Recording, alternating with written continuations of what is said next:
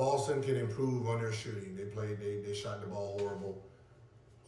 They didn't turn the ball over as much. Nobody was in foul trouble at all. Right? Jaylen Brown had 1 foul. Tatum had 4. Al Horford had 2. Right? Holiday had 3. Like, there's no urgency with these guys. You didn't need to sub these guys out.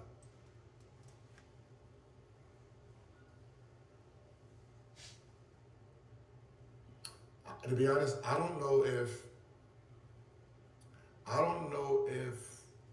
you can afford to take out Siakam in this series.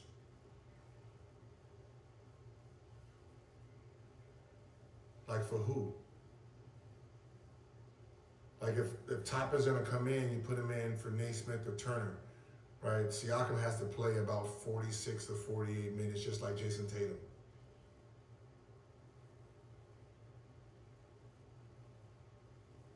Now, you got to put it all on the line here. Boston at home is great. Pacers is basically 50% on the road. They're 21-20. But that was a game. That was a game for them to win. They're gonna look back and they're gonna look back at that fourth quarter, those last few minutes, and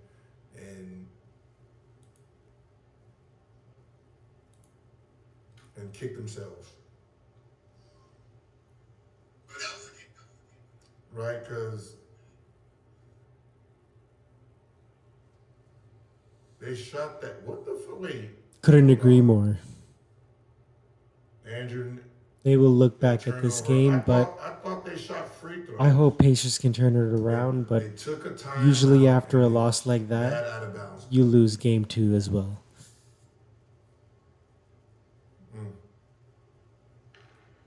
Who does? I got in this series. I got Boston. I got Boston in this series.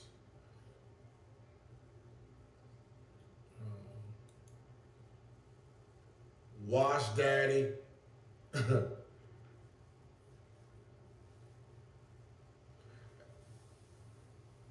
So Wash Daddy means we are superheroes every day. That's what Wash Daddies mean. If you could have picked any player to join you on the Wizards that was in the league during the time, compete for ring, who would you have? Shaq. Shaquille O'Neal. Sir. Diesel. Mm-hmm. Yep. Even though I probably wouldn't have passed his ass the ball, Diesel. Yep. Now you told me to hit you up. I wouldn't buy any of these GMs. I wanted to get. Hey, Kevin. Okay.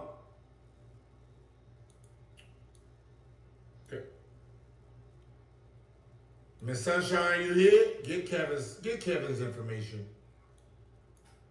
Miss Sunshine, get Kevin's information. Favorite Wizards jersey? I'm not gonna lie. The orange Wizards jersey, I fuck with that one. I really did like that one. That was I think 2000, maybe 4 or 5. It was 2004 or 5, right? Because I didn't have a signature shoe yet. But I did like the gold and the black. I rocked it. I got buckets in that. I'm not even gonna lie. Jay Will, you hit the Island Girl? I don't even know who the Island Girls is, right? You mean the Frenchie?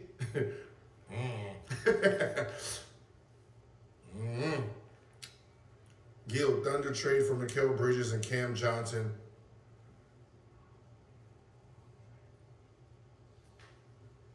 I like Mikal Bridges. Cam Thomas is a wild card. Lakers need a player like him. Certain teams need that type of player, right? Some guy who can just go off who can just randomly mix it up. Now let's see what these WNBA girls is doing. We going to the game. We're going to the game Friday. I'm gonna get my Lexi yell on. Woo! Lexi with Fitty! Lexi with the Fitty! Let's go, Lexi! Lexi out there cooking, dog. Lexi out there cooking shrimp and chicken on them. 7.03, 728, 10. I don't know what that is.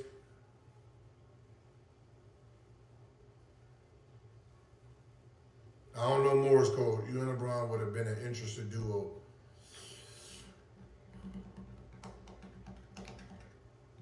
I would love like Dirk, playing with Dirk. That would have been a good one. I'd love to play with Dirk. Man, that would have been good. That would have been a good one. That would have been a good one. Right now, Gilbert's running my show. That's okay though. Look at this. I want to see who. Someone sent me this. I want to see Nick, best teammates, starting five. You need to give me your starting five of your best ever teammates. It's kind of easy. It's like Steph, Nigga! Wow! Okay. It's your best teammates. Like, are we friends or how is this? How is this? Are we friends or is just the best players? Okay, I get it. Best players. Kobe. I would take Steph out just because, I don't want Gil to be mad at me. He knows. Steph knows.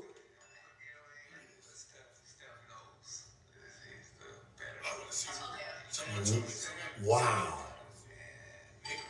So you need to give me your starting five of your best ever teammates. It's kind of easy. It's like Steph. Wait, what did he mean by Steph knows who's better? Like, what do he mean he knows who's better? I don't. What does he mean when he say that though?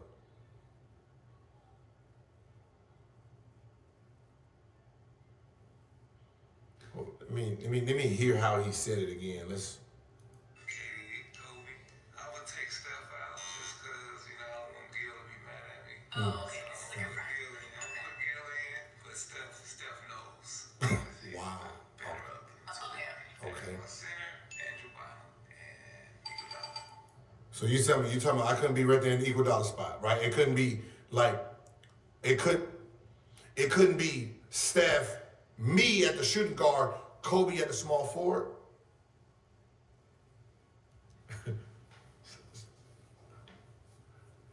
So Steph knows. So he just out here. You just out here just running your mouth, telling people that. My man out here just telling people like Steph knows. I don't know how I feel about that though. I'm glad. That's why I fuck his kids up. That's why I fuck his kids up, man. Steph knows. Like, can I make a call while I'm online? How does this work? Oh, so y'all can't hear, huh? Yeah, hold on. I'm gonna just call that nigga from a new phone. Nah, hold on. Cause we gon' East, can I use your phone right quick?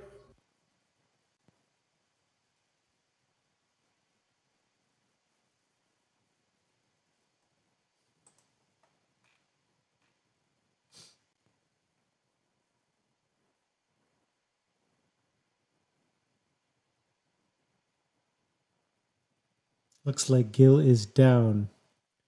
We're gonna have to switch it up soon. That's the problem when you have another guy running your show.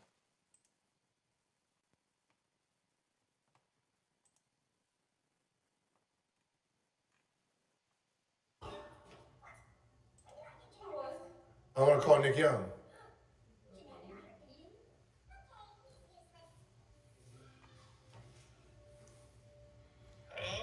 Yeah. What happened, man? What happened? You scared me, bro. What the fuck I do now? You know what you did? Oh, it's you? Yeah.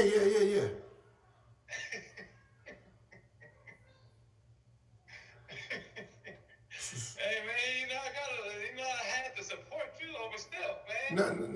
No. I get that, fam. Look, I mean, you listen. Like, I'm not gonna lie. You said Steph, and then you corrected real quick. But what did you mean when you said Steph knows? What the fuck he knows? I'm talking about he know he's the better. Like I thought they were saying like best player, not best friend. I was like best player. So Steph knows he better than me. What you mean? Nah. Hell no. I would never. Okay, I'll just say. And then, hey, I'm gonna just be honest with you, fam. Like, I'm a little offended. Like, you couldn't go Steph at the 1, me at the 2, Kobe at the 3.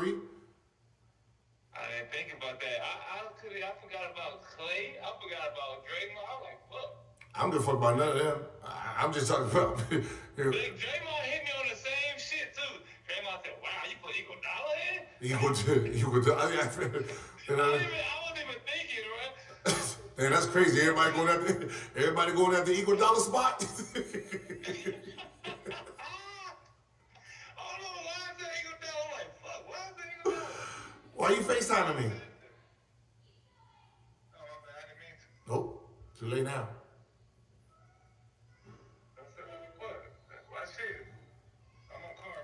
Oh, see, that's how you get caught, but that's how you get busted. You be butt down in them holes, bro. Damn, everybody going at the equal dollar spot, huh? Everybody going at the $1 spot. Fuck. Wait, 5 man. Andrew Bynum was good when you played with him? Fuck.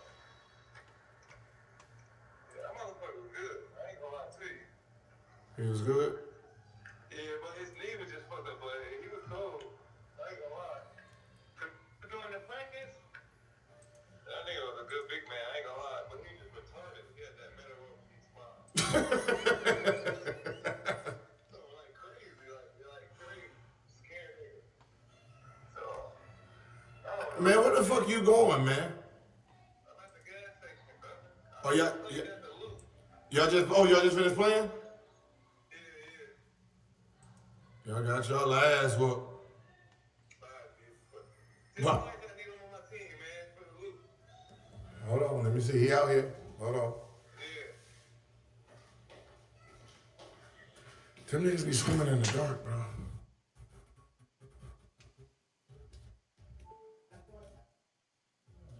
Lige. Nick.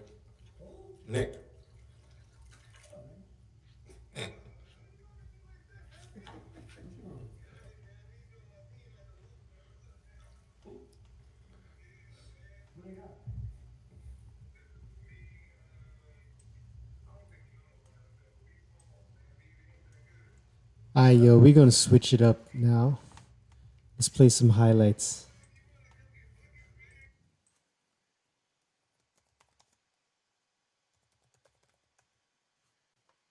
Pacers Celtics postgame.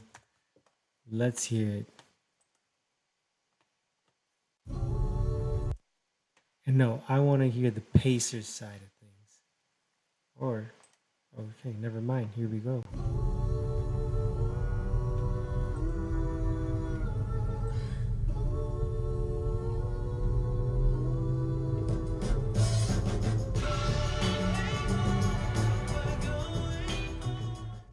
Adobe Acrobat AI Assistant is super helpful because it allows me to weed through everything that I don't need and get turnovers. Yeah, I think it's more on us. I think they're a great defensive team. They got great defenders, individual and team defenders. But they're not a team who forces a ton of turnovers. They're a solid team. I just felt like we had a lot more of them were probably on us than them forcing them. So we got to clean that up. And outside of tonight and one game last series, we've really taken care of the ball. So we'll fix it in game 2.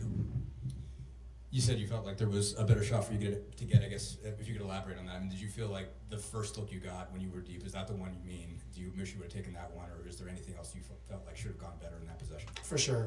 That's replayed in my head 100 times already, and it'll replay, after I get out of here, but I can't dwell on it. I felt like that was probably the look for me to shoot, and wish I did, but I didn't, and we had to move on. In overtime, we were right there. Just didn't get enough stops when need be. I turned it over down there, down the stretch, but we were right there to win the game still in overtime. So, it happens, and I learned from it moving forward. Tyrese, Rick, in his comments up there, took what he said was full blame for not calling timeout to advance the ball with about 10 seconds left. Were you looking for a timeout in that moment, and just what's your reaction to him? That's not on him. Us as players, we gotta do a better job. I had 2 bad turnovers that I feel like cost us the game, one in fourth and one in overtime. So, I understand he's protecting us, protecting Pacers really just blew that game. me as well. But That inbound pass I'll from take Nembhard that to Siakam that he went should. out of I gotta be bounds. better, and I will be better in game 2, and we'll respond the right way. Ty, is it more discouraging because you lose a game like this in heartbreaking fashion, or encouraging knowing you were toe to toe and really they didn't win this game, you guys lost it? Well, they did win, and we did lose. I think encouraging. I mean, we know we can play with these guys. I mean, that's for y'all to say that we don't. There's a lot of people out here saying we don't belong here. We don't really care. We know we belong. I think it's discouraging just because of the plays that happened. Down the stretch, we feel like we were in position to win the game and just didn't win the game. But what I will say is encouraging is we have been trash in game 1s, first series and second series, and today we played great for about 47 minutes. Just didn't sustain it for 48. So we'll go back, watch the film. There'll be good, there'll be bad, and we'll learn from it, and we'll be a lot better in game 2. Ty, sorry to harp on the turnovers, but the one that you bounced off your foot, what were you looking for on that play? Or did you just kind of lose it? Which one? The overtime, or 27 seconds left when you came up the floor, left wing, and In the bounced fourth. off your foot. Yes. In the fourth. I don't know. There was like 3 different occasions where I dribbled the ball off my foot today. I don't know what happened. It's frustrating because that's not something that happens normally for me. But nobody forced it. I just dribbled the ball off my foot. So frustrating to say the least. But I'll learn from it and I'll be better in game 2.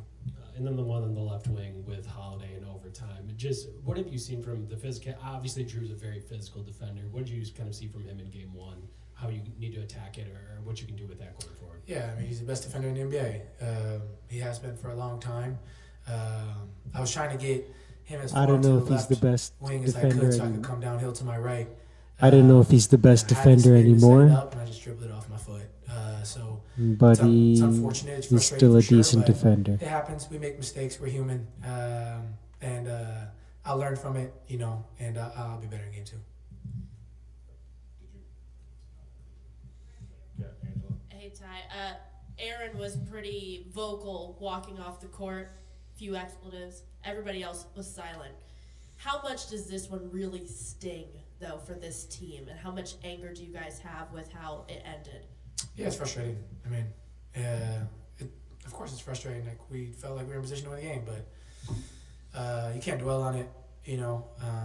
What I will say, we've lost every game 1, but we've responded well in all these game 2s. So, I expect that from this group. I expect us to be ready to go. And yeah, I mean, we're all human. Like, we're supposed to be frustrated right now, but you can't dwell on it. Like, be mad about it, but once you shower, get it off, be ready to watch film tonight and tomorrow morning. And, it's a new day tomorrow. And at the end of the day, if we won tonight, we weren't winning the series automatically anyway. So we understand there's still a lot more work to do, and we'll respond the right way. All right, that was Tyrese Haliburton, the all-star guard of the Indiana Pacers. Chris, I'm calling it out. That man is going to be a head coach one day because he said all the things you would want your star player to say right there. What stood out most to you from hearing from Haliburton? Accountability. He was saying, he wasn't going to let his coach take that. He took it for himself, and that's a sign of a leader. That's a sign of somebody that you need to win a championship. And this is why this guy's one of the best point guards in the NBA. And like I said before, this is why he's an NBA All-Star. He's not up there making excuses. He said for himself they need to get better with the turnovers, which is something that you spoke about as well. And I really think next game he is going to be better at that. But he did have 10 assists. So if this guy is able to fix the turnovers and have the same amount of 10 assists, like we said once before, the Pacers might have won this game by about 5 or 10 points. So I'm proud of him. And, you know, especially being in this type of spotlight right now, it's not easy. And for him to be as poised as he was up there, I mean, I'm loving it. Absolutely. He became one of just 3 players in Eastern Conference Finals history to have over 25 points, 10 or more assists, and 5 or more threes. Another guy who did that is this guy, Jrue Holiday of the Boston Celtics. Let's take it away, Jrue.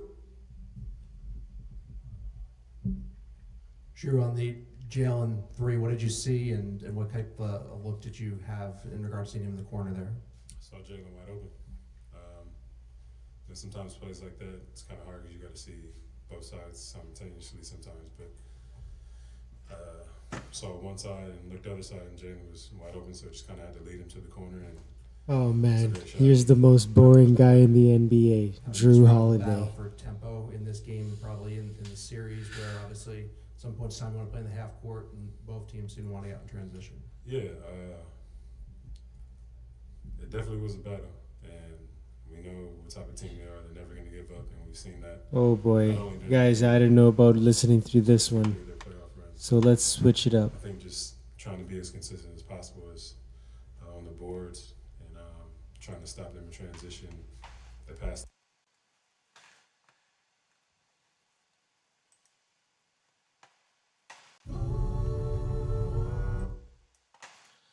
So yeah, like I guess my thoughts on this game so far. You know what? Pacers, those turnovers at the end, you could just see the game was just being passed over to the Celtics within the last minute. The momentum was all with Boston as soon as Jalen hit that non-contested 3, which Siakam didn't even contest to. At that point, you put your hand up and you guard that and make sure he has a hard shot, or make him earn it with 3 foul shots. Oh boy. Probably correct. I would think that that's right. Like at the very least, like you don't mind it. Yeah. Right. You're not disappointed in that switch. Nembhard does a great job. Really good spinning job. off of it. Yeah. Like fantastic work. And then you just got Tatum going to work on the block, right? And you know, you can say that he kind of hooks him here, right? Like he's got the arm around, he's kind of like moving him. But I don't know what to do with that. To your point though, Sam, just think if somebody wasn't as detailed and you had Holiday and Jaylen Brown in different spots on the backside here, and Correct. Siakam's playing as the low man, which he's way better at than McConnell, and then you have McConnell playing 2 on the backside, which we know like he can just at least get there, be disruptive, hustle, whatever. But by having these 2 guys on the weak side in the spots they're in, it just doesn't make it possible for Indiana, and it puts McConnell in an impossible spot. It's just very intentional spacing. And that's what Missoula probably doesn't get enough credit for. They're very intentional in how they set up things like this for Tatum. Really good work. Tatum ends up making this layup here. Next, you got Derek White just bringing the ball up the court with 55 seconds left. This is the most important shot of the game, right? And again, same thing as last time. A White Tatum action, right? Last time it was off the ball to get Tatum isolated on the block. This time it's an on ball. And the way that they guard this is interesting to me. They decide with Haliburton to go over. Yeah. When it's God knows how many feet from the rim. Yeah. Right? Yeah, very interesting. We're 40 feet from the rim. To me, I think you have to go under this. I agree. And that Nembhard's able to play it a little bit lower and not have to stay for as long. That's right. Nembhard is just like backpedaling. He understands that, you know, he has to stay somewhat attached to Tatum. We're tired of these guys too.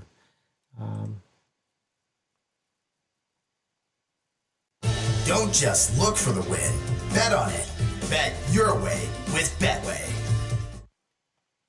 Games I don't think have ever bothered us. I think that we've always stayed poised, and no matter if it's a win or a loss, we knew that we'd always give ourselves a chance. So again today, down 3 with some seconds left and making a big shot and making big plays after that, we knew we had it in us.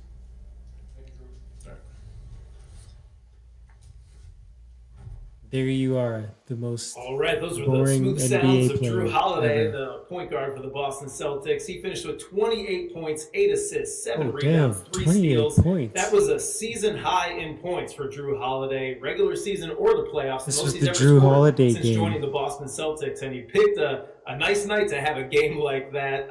What impressed you the most about Jrue Holiday, an incredible two-way player in tonight's game 1, Chris?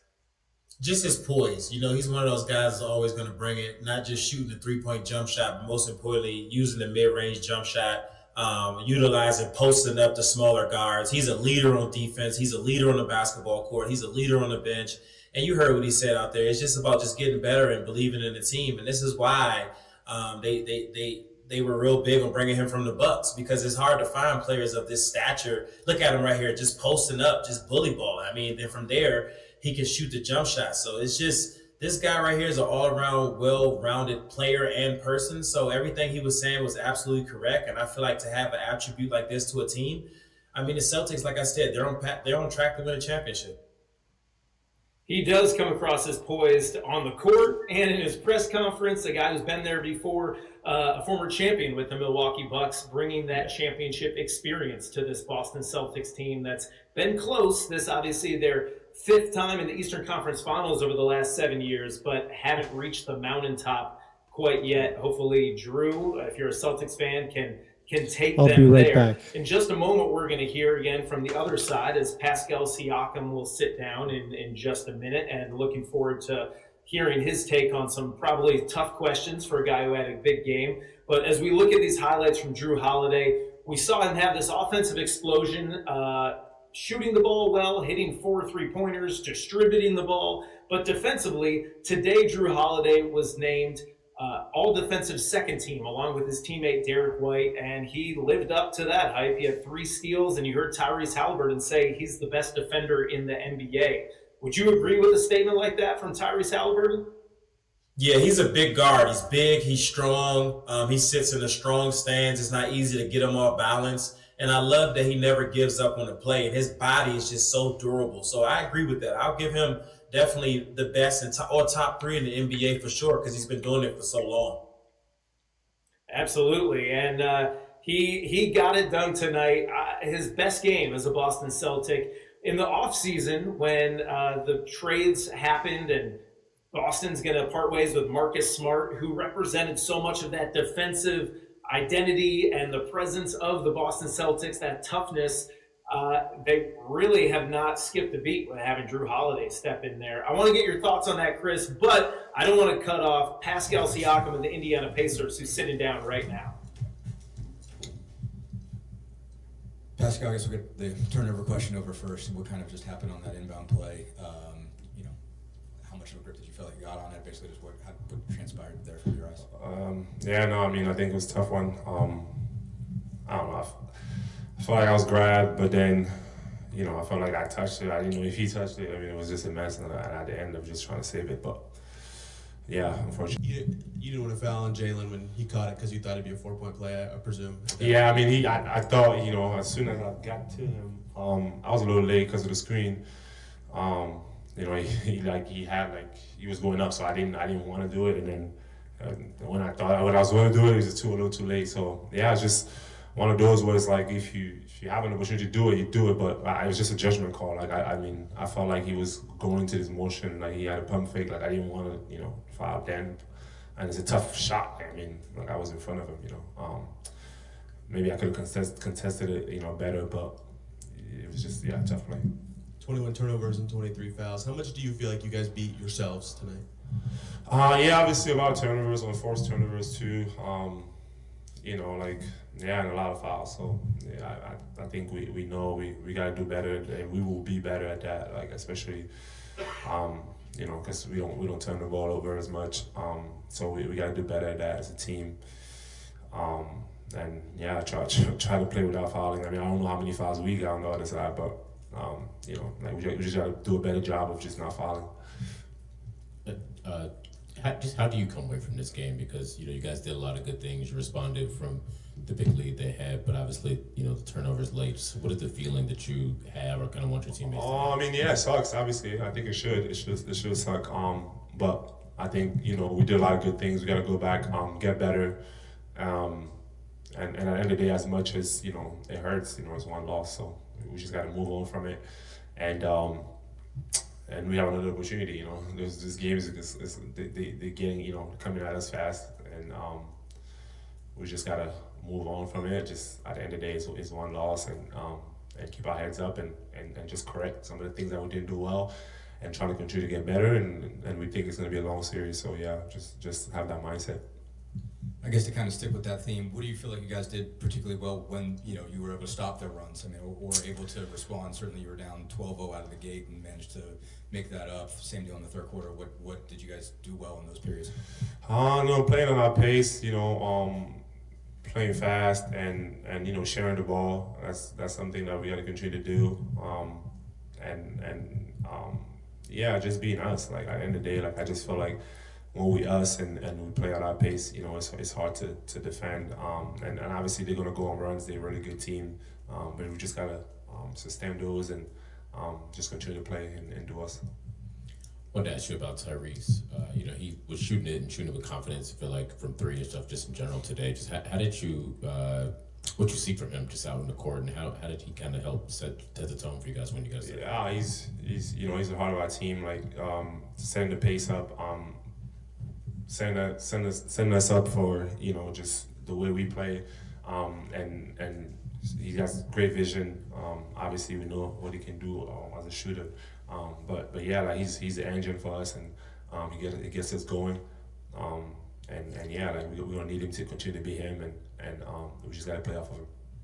Pascal, what did you see from their defense? Looked like they went to zone at one point for a little bit, and you know, up the pressure in the second half. What did they kind of do that led to some of the drugs you guys had? I don't know. I mean, they're a good defensive team. You know, the number one seed. We know that they're gonna, you know, put a lot of pressure, a lot of switching. But like I just think that, you know, like as long as we continue to do us, like we'll be fine. Thank you guys, appreciate it. Finals will be done. All right, that was Pascal Siakam of the Indiana Pacers. Came up just short tonight in Game 1, defeated in overtime by the Boston Celtics, 133-128. Pascal Siakam obviously had to answer some tough questions there, Chris, about the turnover, the decision not to foul Jaylen Brown on that shot at the end of regulation. But let's not let it totally overshadow the great game that Pascal had tonight. 24 points, 12 rebounds, 7 assists. Shot over 50% from the floor. Let's take a look at some highlights. And as you break down the film and look at a player like Pascal Siakam, what makes him so dangerous on the offensive end? Just his ability to always stay at his own pace. If you notice, he doesn't really like to rush a lot of things. He likes to play at his pace and get the shots off when he wants. And he's mastered the ability of the mid-range jump shot, which is kind of a lost art sometimes in basketball. And he understands that that's his strength. And the one thing I love about him as well, his ability to pass the basketball. He's not just a shooter. He's not just a scorer. He's not just a defender. He loves to help others become great as well. So like you said, he may have missed a foul and Matt had a few turnovers, but I feel like, you know, he's going to bounce back next game to have a greater game because this guy is one of the best in the NBA. And his motor, I mean, he's not playing at 100. He's playing at 200 battery. So like he's one of these guys you can't teach what he has. It's just built into him. So, you know, I love that his accountability as well, what he was saying up there at the podium. And I feel like players like him of his stature, sometimes we tend to like not take on the blame. And for him to say what he said and for Tyrese to say what they said, to say what he said as well, I feel like, I mean, game 2 is going to be scary, brother. I'm excited to see these guys go at the Celtics. I know. I can't wait. I'm sure the Pacers can't wait, too. They want to get right back out there on the court, and they're hungrier than ever before after a game like this. As we look at these Pascal Siakam highlights, you know, what strikes me is his ability to get to the rim, to finish strong. He's got that shooter's touch, like we see right there with the fadeaway jumper, the mid-range game you just spoke about. but also his ability to find the open man, to make the right pass, to help set up his teammates. 7 assists tonight. And the Indiana Pacers, we talked about how many assists they had as a team. Everyone on the team gets involved. They've got a lot of distributors. Obviously, Tyrese Haliburton, who leads the league in assists, but Siakam with 7, TJ McConnell, a great point guard off the bench. Aaron Nemhart, 7 assists in the starting lineup. They had a lot of guys who can distribute the ball. It makes them a threat, and if there's ever a double team, they seem to always make the right pass and find the right guy. Absolutely. That's why I love this team. They're not forcing anything. They're playing team basketball, like I said before. It's a very well put team, and I really love the way they're playing the game. And this is the way that basketball is supposed to be played. Team basketball, everybody's touching it. And this is NBA basketball, and that's why we love it, because teams like this and all the teams in the NBA are showing us what it takes to be the best in the world. Absolutely. One thing about the Pacers that really impressed me was their bench play. Obi Toppin stepped up tonight. TJ McConnell as well. Obi with 15 points, 4 boards, 2 assists, and a steal. TJ McConnell had 13, 4, and 3. Ben Shepherd, he's been getting some good run. In the postseason, when the rotation shrinks down, less guys get to see action on the floor, Indiana still has 8, 9 guys who play consistently every single game, whereas the Boston Celtics, we got Peyton Pritchard off the bench. He gets it done. Luke Cornett gets some solid minutes. But beyond that, Sam Hauser, they're really an 8-man rotation.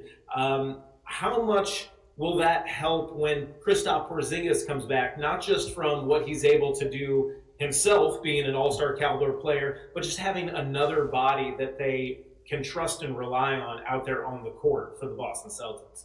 No, absolutely. What's up, everybody? It's been a good night, and I'm gonna cap off the post game recording and stream for the Indiana and Boston game. We're gonna switch it up to a live music mix after this. Peace.